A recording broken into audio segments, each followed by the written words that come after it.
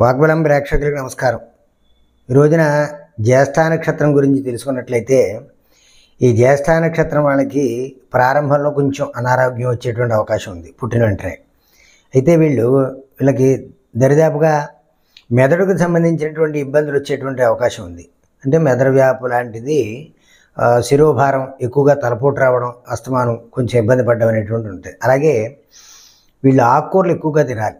దుంపలు, బంగాళదుంపలు, చిలకడ దుంప లాంటి పదార్థాలు సాధ్యమైనంత వరకు తగ్గించడం చాలా మంచిది. చాలా తక్కువగా తింటే మంచిది. ఆకుకూరలు ఎంత బాగా తింటే అంత ఆరోగ్యం సంపూర్ణం అవుతుంది, సంరక్షింపబడుతుంది. అలాగే పశ్చిమ సింహద్వారం కలిగినటువంటి ఇంట్లో ఉన్న వాళ్ళకి కొంతమందికి పరిశీలనలో ఇబ్బంది కలుగుతుంది. కాబట్టి వాళ్ళు కొంచెం కొన్ని విషయాల్లో జాగ్రత్త వహించవలసిన అవసరం ఉంది, ఇరుగు పొరుగు వాళ్ళతోటి, స్నేహితులతోటి.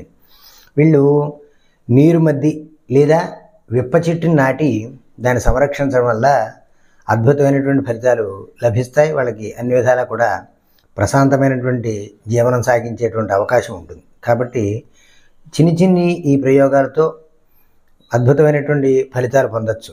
కాబట్టి జ్యేష్ఠ నక్షత్రం వాళ్ళు కొంచెం జాగ్రత్తగా ఉండాలి. అంతేకాదు, కంచు పాత్రలో కర్పూరం వేసి, ముద్దహారత కర్పూరం వేసి సైనికులకి, అంటే సిపాయిలకి దానం చేయడం వల్ల జీవితంలో ఒక్కసారైనా మంచి ఫలితం ఉంటుంది.